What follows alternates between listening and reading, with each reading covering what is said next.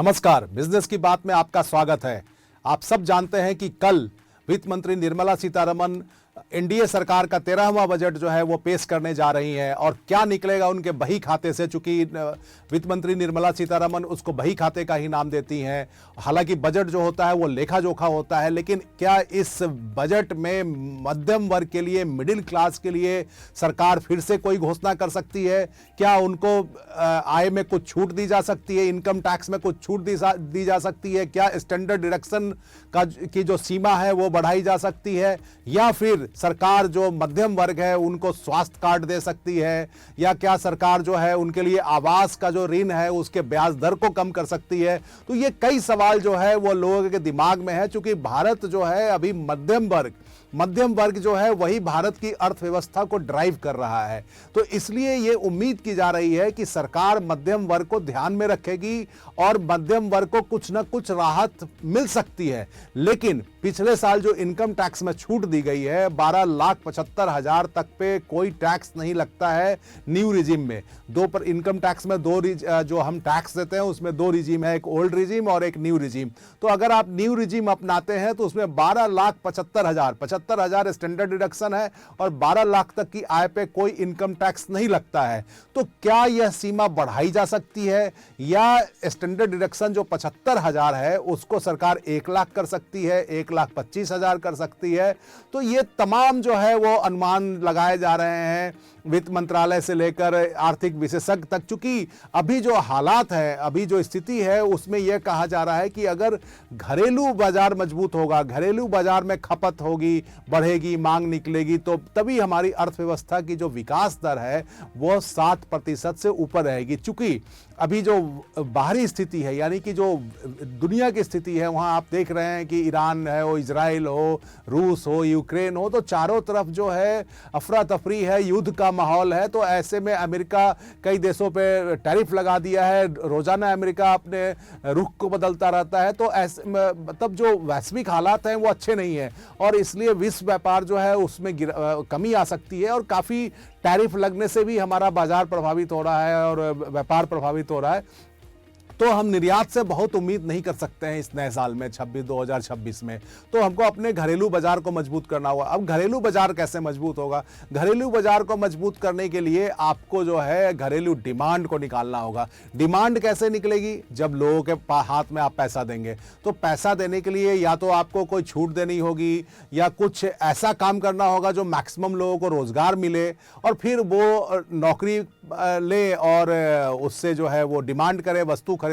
तो ये सब चीजें जो है वित्त मंत्री के सामने चैलेंज है। तो मोटा मोटी आप देखिए तो 3 चीजें होती हैं। बजट जो होता है वो देश का एक खर्च लेखा जोखा होता है। लेखा जोखा मतलब कि सरकार कितना खर्च करेगी और सरकार वो खर्च कहां से करेगी, वो पैसा कहां से लाएगी, तो राजस्व कैसे आएगा और सरकार उस राजस्व को कहां कहां खर्च करेगी। तो ये होता है हमारा बजट मेनली। तो इसमें 3 सेक्टर होते हैं, प्राइमरी सेक्टर, सेकेंडरी सेक्टर और टर्शियरी सेक्टर। तो अगर आप प्राइमरी सेक्टर जो है वो एग्रीकल्चर है, जिसपे 50 से ज्यादा प्रतिशत लोग हमारे देश में एग्री पे आज भी निर्भर करते हैं।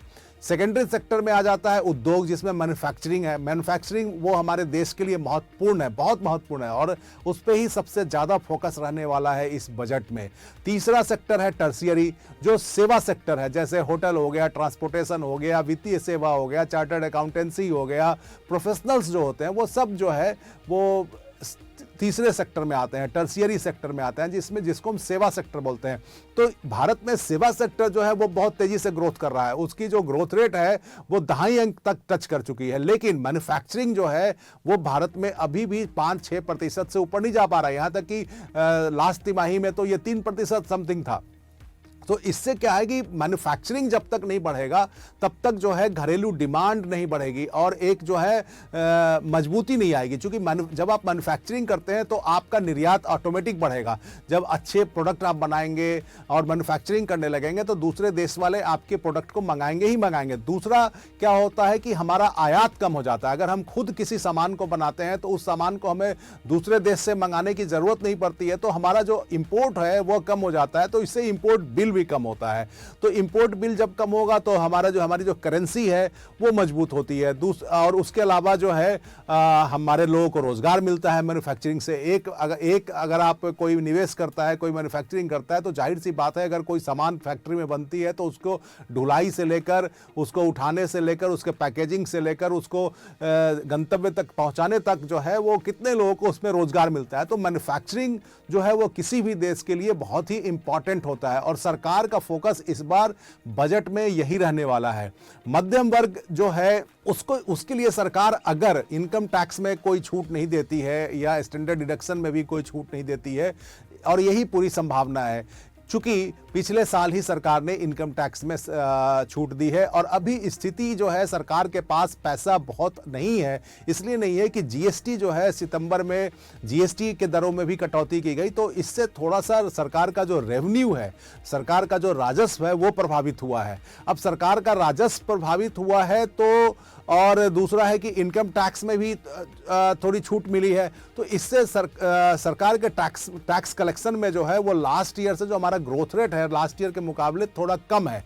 तो अभी सरकार बहुत इस स्थिति में नहीं है कि इनकम टैक्स में कोई छूट दी जाए मिडिल क्लास को। ऑलरेडी सरकार जो है जो बीपीएल लोग हैं, जो बिलो पॉवर्टी लाइन है, देश में 80 करोड़ लोगों को मुफ्त में अनाज जो है दिया जा रहा है। उसके अलावा खाद जो हमारा फर्टिलाइजर है वो भी किसानों को काफ़ी सब्सिडी पे दी जाती है। उसके अलावा जो मनरेगा जो अब जी राम जी के नाम से जाना जा रहा है उसमें भी पैसा जाता है। तो 4.5 लाख करोड़ सरकार जो है वो खर्च करती है सब्सिडी में, यानी कि जो ये मुफ्त जो बांटे जाते हैं इसको मुफ्त, ये सपोर्ट है, ये इसको आप बहुत मुफ्त भी नहीं कहिए, एक सपोर्ट है ताकि जो लोग नीचे हैं, बिलो पॉवर्टी लाइन है, वो अगर खाना नहीं खाएंगे, अगर वो खाने में ही फंसे रह जाएंगे, अगर उनको जो है किसानों को खाद सब्सिडी पे नहीं मिलेगी तो उनको बहुत महंगी खाद खरीदनी होगी, तो इससे उनके जो है उन पे असर पड़ेगा, उनके पॉकेट पे असर पड़ेगा। तो ये सरकार जो है एक वेलफेयर करती है। लेकिन अब सवाल उठता है कि ये जो सब्सिडी है ये 4.5 लाख करोड़, इस अगर ये बचता तो ये 4.5 लाख करोड़ और हमारे किसी विकास पे खर्च हो सकता था। फिर भी सरकार की कोशिश यही होती है कि विकास पे खर्च करने के लिए पैसा रखा जाए, और मेनली जो है इस बार भी पहले की तरह इस बार भी इंफ्रास्ट्रक्चर पे ही सरकार का जोर रहेगा। इंफ्रास्ट्रक्चर निर्माण पे जोर देने से फ़ायदा क्या होता है कि अगर अच्छे इंफ्रास्ट्रक्चर होते हैं तो हमारा लॉजिस्टिक कॉस्ट जो है वो कम हो जाता है मैन्युफैक्चरिंग का। मतलब अच्छी सड़कें होंगी, अगर अच्छे पोर्ट होंगे, हवाई जहाज़ की सुविधा अच्छी होगी, तो एक तो ईज ऑफ लिविंग होता है और ईज ऑफ डूइंग बिजनेस होता है। मतलब व्यापार में भी आसानी होती है और जीवन जो है वो भी आसान बनता है। और तीसरा सबसे इंपॉर्टेंट क्या है कि इंफ्रास्ट्रक्चर पे खर्च करने से जब सड़कें बनती है, एयरपोर्ट बनते हैं या पोर्ट बनते हैं या पावर प्रोडक्शन लगाया जाता है तो ये रोजगार भी निकलता है और बड़ी संख्या में रोजगार निकलता है। तो इंफ्रास्ट्रक्चर पे खर्च करने से रोजगार भी निकलता है, लोगों का जीवन आसान बनता है, व्यापार की जो लॉजिस्टिक लागत है उसमें कमी आती है। तो इसलिए सरकार का इस बार बजट में इस बार भी इस पर पूरा फोकस रहेगा कि इंफ्रास्ट्रक्चर के मद में कोई कमी नहीं की जाए। उल्टा हो सकता है 5 से 10% जो है वो सरकार इसमें बढ़ाएगी, इस आवंटन को, जो हमारा चालू वित्त वर्ष में जो आवंटन हुआ था 11 लाख समथिंग करोड़, उसमें भी बढ़ोतरी देखी जा सकती है इंफ्रास्ट्रक्चर में। उसके बाद हम आते हैं मैन्युफैक्चरिंग। अब मैन्युफैक्चरिंग जो है वो सरकार के लिए इसलिए इंपॉर्टेंट होता जा रहा है कि हम लोग चाहते हैं, सरकार चाहती है कि मैन्युफैक्चरिंग की हिस्सेदारी को जीडीपी में 25% तक ले जाएं। अब अभी जो है मैन्युफैक्चरिंग की हिस्सेदारी मात्र 13% रह गई है। एक समय में ये 16% थी, अभी फिलहाल जो है ये जीडीपी में 13% ही मैन्युफैक्चरिंग की हिस्सेदारी है आज की तारीख में। तो ये एक चैलेंजिंग विषय है जो हमारे यहाँ मैन्युफैक्चरिंग, ठीक है आप देख रहे होंगे स्मार्टफोन बहुत बन रहा है, हम लोग एक्सपोर्ट भी कर रहे हैं, हम लोग इलेक्ट्रॉनिक्स भी एक्सपोर्ट कर रहे हैं, लेकिन हमारा इंपोर्ट बहुत ज़्यादा है।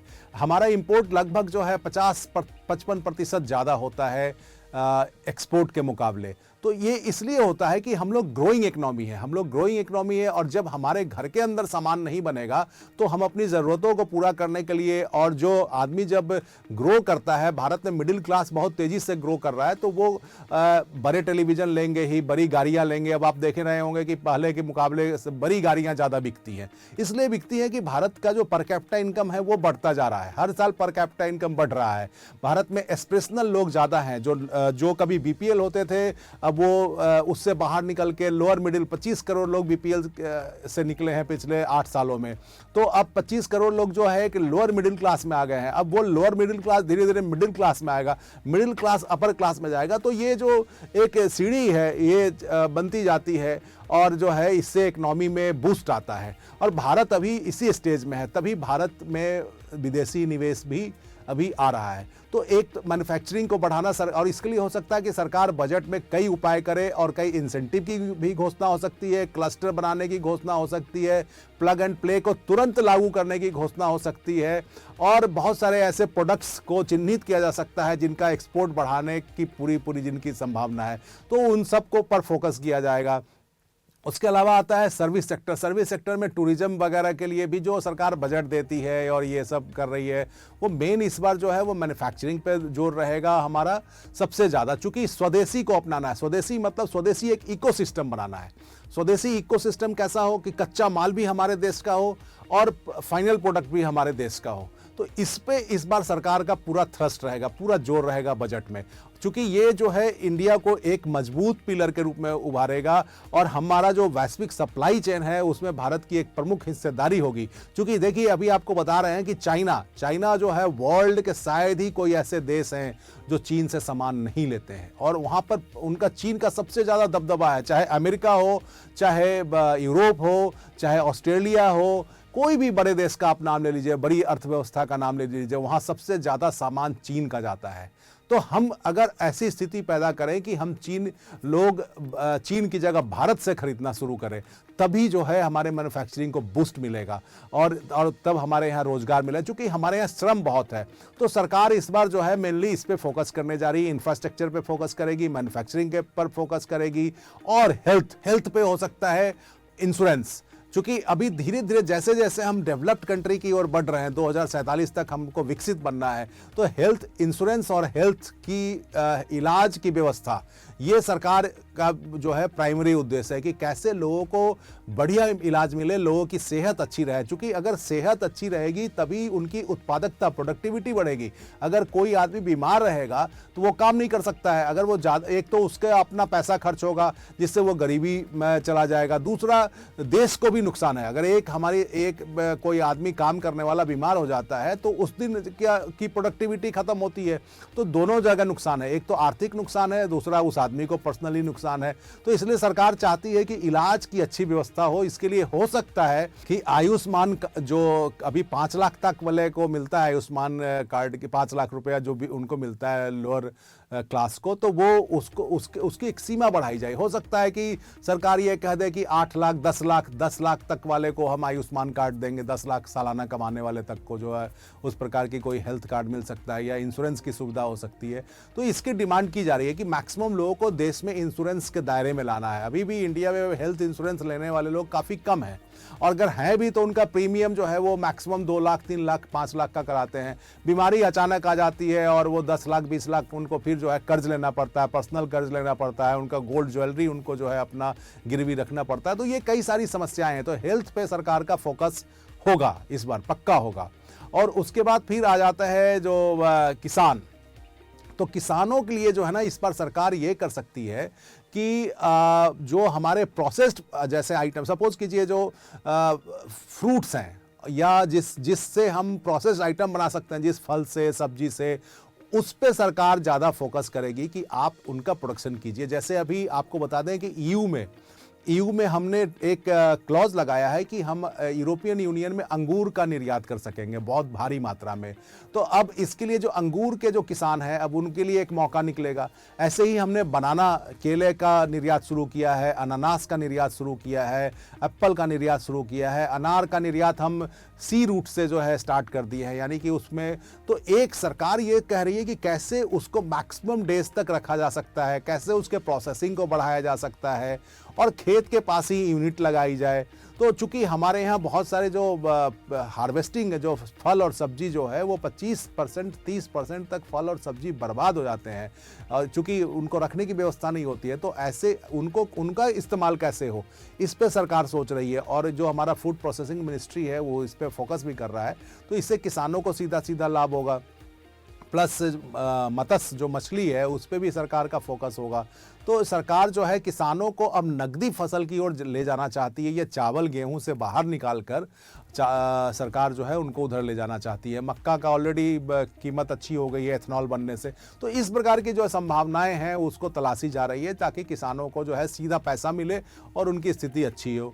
अब सर्विस सेक्टर में जो है ट्रांसपोर्टेशन आ गया, ये टूरिज़्म आ गया, उसके अलावा जो फाइनेंशियल सेक्टर है, तो उसमें बहुत सारे देशों से जो हमारा फ्री ट्रेड एग्रीमेंट हो रहा है तो उसमें उन लोगों को मौका मिलने वाला है। तो ये मुख्य रूप से इस बार सरकार जो है इन्हीं सब चीज़ों पे फोकस करेगी। और राजस्व कैसे बढ़ाया जाए हम जो है उस पर भी सरकार का जोर रहेगा। उसके लिए सरकार के पास एकमात्र उपाय है कि डिसइन्वेस्टमेंट इस बार जो है, या मोनेटाइजेशन। कई सालों से सरकार कई साल पहले घोषणा की थी कि बैंकों का डिसइन्वेस्टमेंट होगा, लेकिन वो हो नहीं सका। एक तो कोरोना आ गया या मार्केट की स्थिति अच्छी नहीं थी, तो उस दौरान जो है मार्केट अगर सरकार अपनी हिस्सेदारी बेचती तो नुकसान होता। तो इसलिए ऐसे में जो है सरकार ने फैसला, उसको सरकार टालती गई। इस बार डिसइन्वेस्टमेंट और मोनेटाइजेशन ऑफ द एसेट, मतलब सरकार अपने एसेट को मोनेटाइज करेगी। हो सकता है उसको लीज पे दे, या बहुत सारी जो जमीन है सरकारी कंपनियों के पास जो खाली है, बेकार पड़ी हुई हैं, उनको लीज पे दिया जा सकता है, उनकी बिक्री हो सकती है। क्योंकि उद्योग लगाने के लिए देश में ज़मीन की भारी कमी है, और अगर है भी तो प्रक्रियाएं इतनी जो है वो कठिन है कि उसको पूरा करना उद्यमियों के लिए मुश्किल होता है और उनकी लागत काफ़ी बढ़ जाती है। इसीलिए इस बार आर्थिक सर्वेक्षण में भी कहा गया है कि सरकारी बाबुओं को, जो नौकरशाह हैं, उनको अंग्रेजों के ज़माने की मानसिकता से बाहर निकलना होगा। इसलिए कहा गया है कि वो आज भी इतने सारे क्लॉज लगा देते हैं कि एक आदमी जो उद्यमी बनना चाहता है, यूनिट लगाना चाहता है, वो नहीं लगा पाता है। वो इतनी समस्याएं हैं उसके सामने। अगर उसको कोई जान जाता है कि ये आदमी उद्यमी है और एक यूनिट लगाने वाला है, तो जितने सरकारी बाबू हैं, इंस्पेक्टर हैं, वो उसको एक क्लाइंट के रूप में देखने लगते हैं कि इससे मैक्सिमम कैसे पैसा लिया जाए। तो ये तमाम चीजें जो है वो सरकार भी समझ रही है, तभी आर्थिक सर्वेक्षण में इसका जिक्र किया गया है। तो इन सब चीजों पे इस बजट में ध्यान रखा जाएगा, ईज ऑफ डूइंग पे भी ध्यान होगा। और कुल मिलाकर जो है बजट इस बार जो है वो एक देश को विकसित बनाने वाला, विकसित भारत के निर्माण को ध्यान में रखकर ही पेश किया जाएगा। यही हमारी उम्मीद है। नमस्कार।